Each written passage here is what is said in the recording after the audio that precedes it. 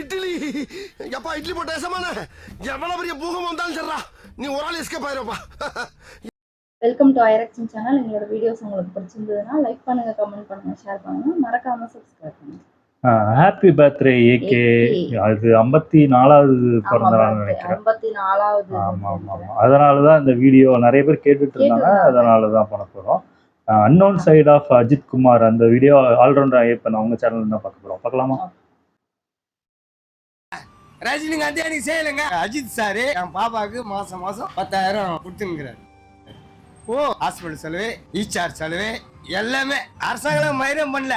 எப்பயில இருந்து நான் உங்களுக்கு மாசம் 10,000 போட தொடங்கினாரு? 95ல என் பொண்ணு போந்தா ஊனமுற்றவதான் 10 வருஷமா எனக்கு 10,000 போடுங்க. இப்போ 10 வருஷமானா மாசம் 10,000. அஜித் என்ன அவர் என்ன செய்யணும் தலையிட்டா ஊனமுற்றவங்களுக்கு? அஜித் சார் வந்து நிறைய பேருக்கு மறைமுகமா ஹெல்ப் பண்ணுவாருன்னு நான் கேள்விப்பட்டிருக்கேன். இதான் ஃபர்ஸ்ட் டைம் மாசம் எங்களோட பொண்ணுக்கு 10,000 அனுப்பிச்சுட்டு இருக்காரு. என்ன ஒரு மனுஷனுங்க. சும்மா எல்லாம் விசாரிச்சுட்டு இருந்தேன். ஒரு வருஷத்துக்கு வந்து 30 கோடி ரூபா சேரிட்டிக்கு மட்டும் தர்றாரு. சேரிட்டிக்குன்னா சேரிட்டிஸ் மட்டும் இல்லை, அதாவது 20-30 கோடி ரூபா டொனேட் மட்டும் பண்ணுறாரு.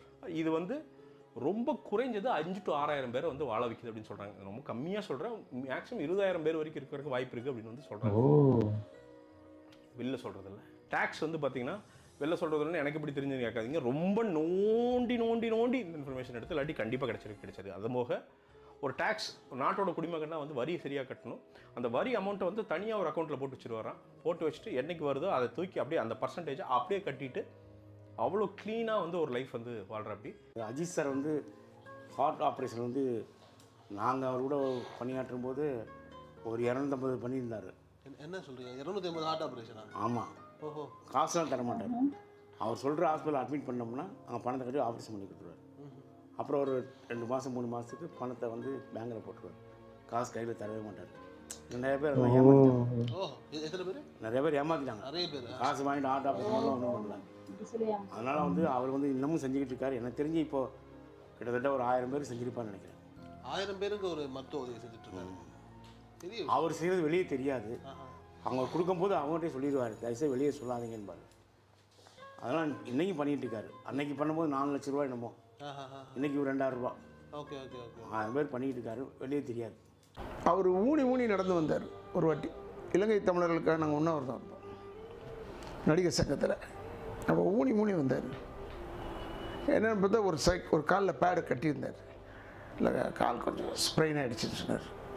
அப்படி நான் நடந்துக்கிட்டு பேசிக்கிட்டுலாம் போயிட்டு வந்தேன். நான் ஊனி நானும் நடக்கிறேன். லெஃப்ட் லெக் எனக்கு ப்ராப்ளம். அப்போ அவர் சொன்னார், என்ன ரவி சார் நீங்கள் எல்லாம் ஊனி நடக்கிறீங்களேன்னு. இல்லை அஜித்மா, எனக்கு கால் கொஞ்சம் முட்டி வலிமா. அடுத்த நாள் சார் லெஃப்ட் லெக்குக்கு உண்டான அந்த லண்டனில் வாங்கினது அந்த பேடு அதை அப்படியே அனுப்பிச்சி விட்டார் எனக்கு.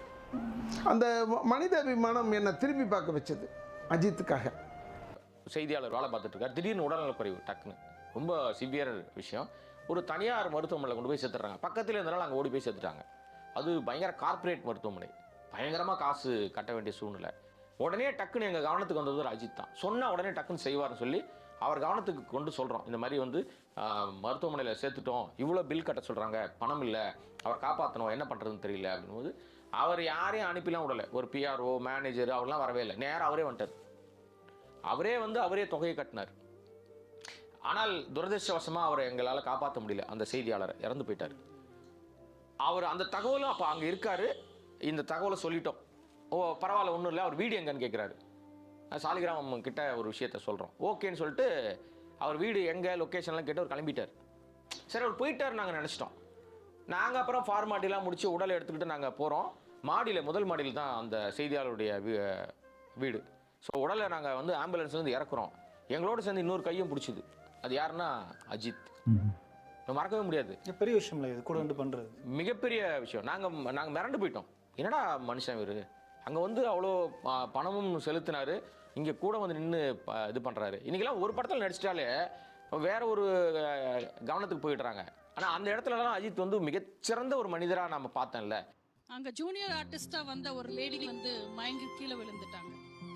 அந்த அம்மாவை உடனே இவரே போய் மற்றவங்க கூட சேர்ந்து அந்த அம்மாவை தூக்கி ஆம்புலன்ஸ்லையோ இல்லை வேன்லையோ படுக்க வச்சு ஹாஸ்பிட்டலுக்கு அமிச்சாங்க. அங்கேருந்து ஃபோன் பண்ணுறாங்க, அவங்களுக்கு ஒரு சின்ன ப்ரொசீஜர் பண்ணணும், ஒரு 35,000 45,000 ஆகும்னு சொல்றாங்க. அந்த அம்மாக்கு யாரும் இல்லை. ஒரு செகண்ட் கூட யோசிக்கல, நான் கொடுக்குற பண்ணுங்க. உடனே அன்னைக்கு அந்த ஆப்ரேஷன் செஞ்சு அந்த அம்மாவை காப்பாத்திட்டாங்க. ஆனா எங்கேயுமே அந்த புகைப்படமோ விளம்பரமோ வந்ததே இல்லை. எங்கேயுமே சொல்லிக்க மாட்டாரு.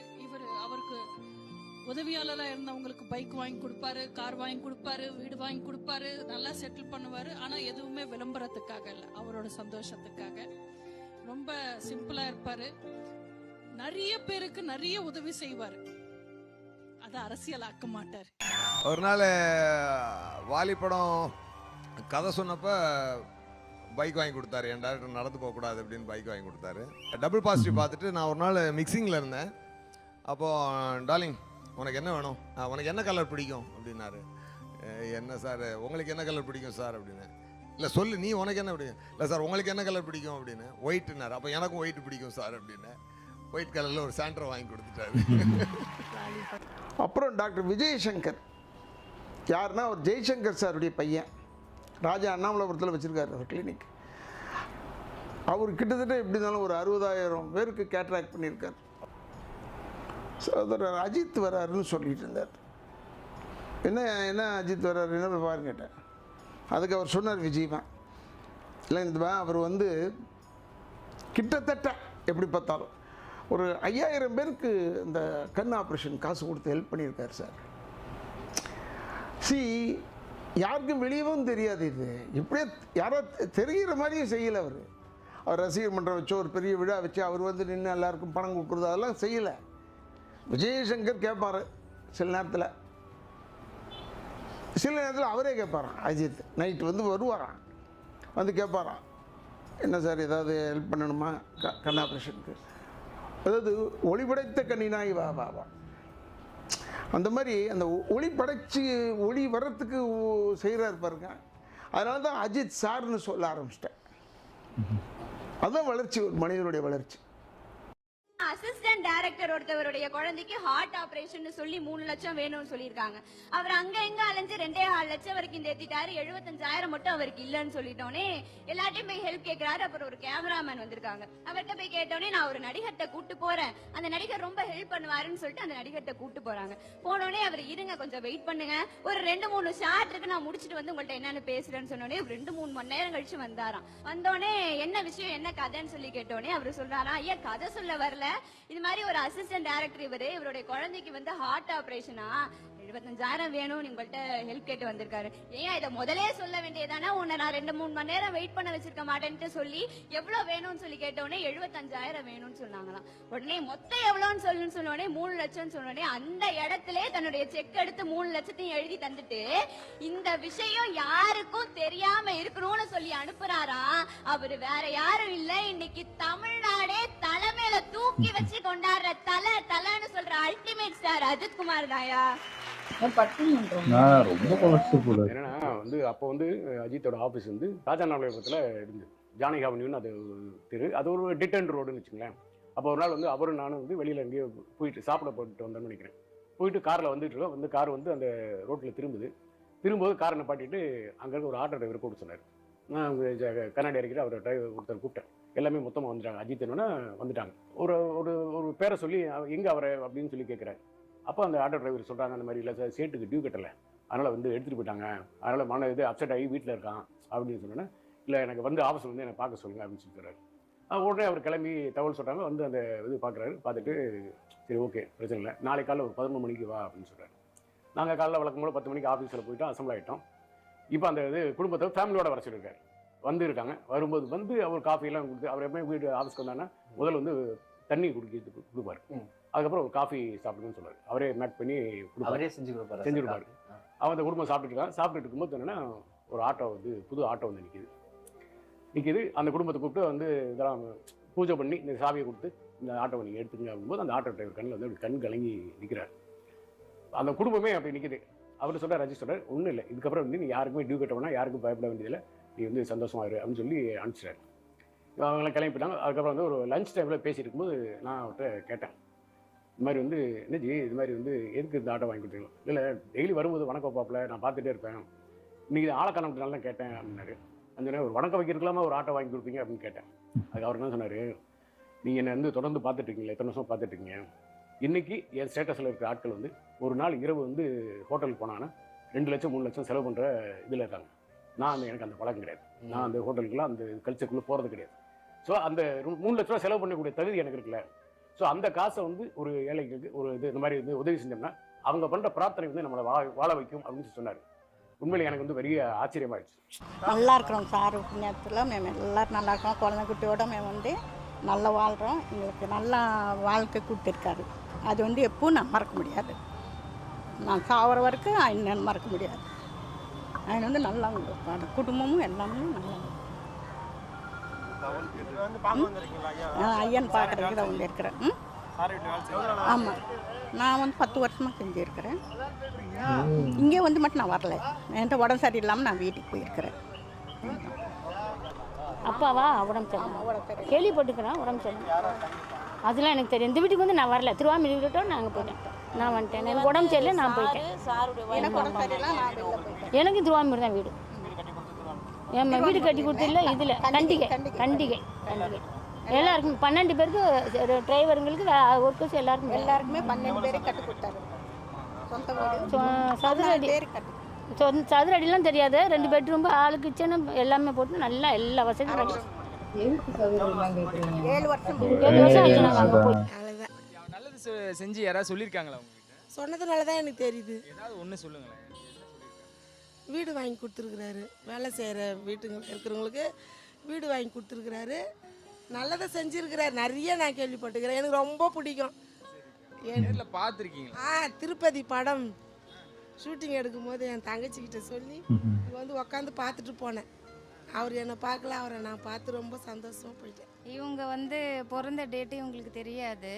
ஆனால் இவங்க என்ன நினச்சிட்டாங்க, அஜித் பிறந்த டேட்டு தான், அந்த சார் பிறந்த டேட்டு தான் எனக்குன்னா அந்த டேட்டுக்கெலாம் இவங்க பிறந்தநாள் கொண்டாட சொல்லுவாங்க. உண்மையிலேயே பாராட்டணுன்னா அஜித்தை பாராட்டணுங்க. வெளில வந்தவுடனே தன்னுடைய வீட்டை திறந்து எல்லாம் ஒரு 100 பேர் தங்க வச்சார். வெள்ளம் படிஞ்ச 3 நாளைக்கும் இட்லி சட்னி சாம்பார் சோறு கூட்டு பொரியல் நைட்டு சோறு 100 பேருக்கு போட்டுட்டு 3ஆவது நாள் போகும்பொழுது எல்லார் கையிலையும் 10,000 ரூபா 1 கோடி ரூபா செலவு பண்ணியிருக்காரு. எங்கேயுமே போஸ்டர் வைக்கல, அந்த பையில் அஜித் படத்தை போடல. அவர் விளம்பரத்தை விரும்பாதவர், அவர் அப்படித்தான் செய்வார். அப்படி பார்த்தா தமிழ்நாட்டில் எந்த ஒரு நடிகரும் நேர்மையான முறையில் சம்பாதிக்கலையே. எனக்கு தெரிஞ்சு பார்த்தா ஒரே ஒரு நடிகர் தவிர, அஜித்தை தவிர எனக்கு தெரிஞ்சு, எனக்கு தெரியாம எல்லாம் இருக்கலாம், தெரிஞ்சு தான் சொல்லிட்டு இருக்கேன். என் பையனுக்கு வந்து 10th வரைக்கும் அவர் தான் ஃபீஸ் கட்டினார். ஸ்கூல் ஃபீஸ் கட்டினார் சின்மயா வித்யாலயா ஸ்கூலில். நான் அவனை எல்கேஜி சேர்க்கும்போது அவன் ஒரு சின்ன ஃபீஸ் அமௌண்ட் வந்துச்சு. நான் போய் கேட்டேன் அஜித் சார்கிட்ட. ஓகே, உடனே ஒரு மேனேஜர்கிட்ட சொல்லி, அப்போ வேற மேனேஜர் இந்த சுரேஷ் வேற சும்மா பேக்ல உடனே ஃபீஸை கட்ட சொல்லிட்டு அதுக்கப்புறம் வந்து இப்போ இந்த சீரியல்ல பயங்கர ஃபேமஸ் 3 டேர்ம் சேர்த்து கட்டிடுங்க அப்படின்னு சொல்லிட்டு அதுக்கப்புறம் ஒரு 4 நாள் கழிச்சு கட்டிட்டீங்களா ஃபீஸு அப்படின்னு கேட்டாரா. கட்டிட்டேன்னு சொன்னதுக்கப்புறம் எவ்ரி இயர் கட்டிடுங்க, அவனா வேணான்னு சொல்ல வரைக்கும் கட்டிகிட்டே இருங்க, அவன் டைரக்டர் அது வரைக்கும் கட்டிட்டு இருக்கேன்னு ஏதோ சொல்லியிருக்காரு. ஸோ அதுக்கப்புறம் அவங்க 9th படிக்கிற வரைக்கும் கட்டிகிட்டே இருந்தார். கட்டிகிட்டே இருந்தால் கரெக்டாக அவங்க இயர் ஆரம்பிக்கும் போது என்கிட்ட கேட்பாங்க எவ்வளோன்னு கேட்பாங்க. நான் டோட்டலாக சொல்லுவேன், அந்த ஸ்கூலோட அந்த ரெசிப்டை காட்டுவேன், உடனே போய் கட்டிடுவாங்க. அப்படி நடந்துகிட்டு இருந்துச்சு. அப்படி ஒரு என் மகனுக்கு வந்து அவ்வளோ தூரத்துக்கு அவர் வந்து ஃபீஸ் கட்டினார் அஜித் சார், இந்த கிரேட் மேன். எப்படின்னு எங்களுக்கு தெரியாமல் எப்போ என்ன பண்ண, நம்ம கூட இருக்கிறவங்கள நாம பார்த்துக்கிட்டா நமக்கு மேலே இருக்கிறவன் நம்மளை பார்த்துக்குவோம். சூப்பர், நல்லா இருந்துச்சு. ஆனால் இது நிறைய விஷயம் நிறைய பேர் சொல்லி தான் தெரியுது. ஆனால் தெரியாததுனால நம்ம பண்ணவே இல்லைன்னு சொல்லவும் கூடாது. ஏன்னா இது அதாவது சில பேருக்கு பிடிக்காது, அது வெளியில சொல்லி பண்றது வந்து பிடிக்காம கூட இருக்கும். அதனால தான் அதெல்லாம் வெளில சொல்லாதீங்கன்னு கூட பண்றாங்கன்னு நினைக்கிறேன். என்னை பொறுத்தவரையும் வெளில சொல்லாதீங்கன்னு அது போச்சு, அந்த காலம்லாம் போயிடுச்சு. இப்பெல்லாம் செஞ்சதை சொல்லி தெரியற மாதிரி பண்ணா மட்டும்தான் எல்லாருக்கும் தெரியும். இப்போ நல்லது பண்ணி அது தெரியலனாலே அவங்கெல்லாம் நல்லது பண்ணாலே இப்போ திட்ட ஆரம்பிச்சிட்டாங்க. அந்த அளவுக்கு மோசமாயிடுச்சு. இப்ப யாரு சொல்லலாம், இப்ப அவங்க பண்ணலன்னு யாருன்னா சொன்னாங்கன்னா இல்ல, இப்போ நல்லதை பார்க்க மாட்டேங்கிறாங்க. இப்போ அந்த பேட்டிலே பாருங்களேன், எவ்வளவு ஸ்கொயர் ஃபீட் தான், அதாவது அவங்களுக்கு ஒரு வீடு கட்டி கொடுத்துருக்காங்கன்னு அதை பார்க்க மாட்டேங்கிறாங்க. அது எவ்வளவு பெருசு, எவ்வளோ இது எவ்வளோ கொடுத்துருக்காங்க, அவ்வளோதான் கொடுத்துருக்காங்களா அப்படின்னு அதை கொடுத்தத கூட இவ்வளவுதான் கொடுத்துருக்காங்கன்னு சொல்றதே தப்பான ஒரு விஷயம் அதுலயும் தான். ஒரு இது ஆமா, கண்டுபிடிக்கிறாங்க. குறை சொல்லணும்னு சொல்ற மாதிரி அத இருக்கு. வந்து நம்பிட்டு தான் இருப்பாங்க இன்ன வரைக்கும் இல்ல. ஆமா ஆமா ஆமா. எனக்கு தெரிஞ்சு என்ன பண்ணாலும் அது இன்னும் அதான் சொல்றல, தெரியாத மாதிரி இப்போ நம்ம ஃப்ரெண்ட் சர்க்கிள்னு ஒன்று இருக்கும். அதாவது நம்ம எப்படி இருக்கோம், நம்ம எப்படிப்பட்டவங்கன்னு அவங்களுக்கு நல்லா தெரியும். அந்த மாதிரி தான் ஏகேவுக்கும் அவங்களோட ஃப்ரெண்ட் சர்க்கிள் அவங்க எப்படி என்னன்னு தெரியும். நம்ம சினிமாவில் பார்க்குறோம் தவிர நம்ம அவரோட பர்சனல் லைஃப் நம்ம என்னன்னு ஏதுன்னு தெரியாது. ஏன்னா அது அவங்களுக்கு அதாவது இப்போதான் இந்த சென்னை மேட்ச்லேயே வந்திருந்தாங்க. அது ஒரு மேட்ச் கூட நான் பார்த்தது கிடையாது. அஜித் சார் வந்து அதுவும் ஃபேமிலியாக அவங்களுக்கு இது வெட்டிங் ஆனிவர்சரின்னு நினைக்கிறேன், அதனால வந்திருந்தாங்க போல இருக்கு. அதான் ஃபர்ஸ்ட் டைம் வந்திருக்காங்க. அதுக்கப்புறம் இப்போ பத்மபூஷன் கூட இப்போ வாங்கியிருக்காங்க ரீசெண்டாக. சூப்பராக இருந்துச்சு. சூப்பராக எடிட் பண்ணி போட்டிருந்தாங்க. ஆனால் இது தெரியல, நிறைய பேருக்கு தெரியவே இல்லை. அதான் உண்மை. அதனாலதான் தெரியாம நிறைய பேரும் பேசுவாங்க. அதை பார்த்து நம்மளும் நம்புவோம். ஆமா ஆமா ஆமா. எனக்கு தெரிஞ்சு இனிமே தெரிஞ்சு பண்ணா இன்னும் நல்லா இருக்கும். ஆமா, எனக்கு தெரிஞ்சு அது வந்து அவங்களோட ரசிகருக்கும் அது நல்லதா இருக்கும். நான் ஏகேவும் பண்றாரு, இப்போ நம்மளும் ஏதோ பண்ணணும், ஒரு நல்லது பண்ணணும், மற்றவங்களுக்கு ஹெல்ப் பண்ணணும்னு ஆட்டோமேட்டிக்காக வருவாங்க. அது தெரிஞ்சு பண்ணுச்சுன்னா இப்போ நான் இன்னும் நல்லதாக நடக்கும். அது தெரிஞ்சு நல்லா இருந்துச்சு. Happy birthday AK. ஓகே, எங்கள் வீடியோஸ் உங்களுக்கு பிடிச்சிருந்தா லைக் பண்ணுங்க, ஷேர் பண்ணுங்க, கமெண்ட் பண்ணுங்க, மறக்காம சப்ஸ்கிரைப் பண்ணுங்க. எல்லாருக்கும்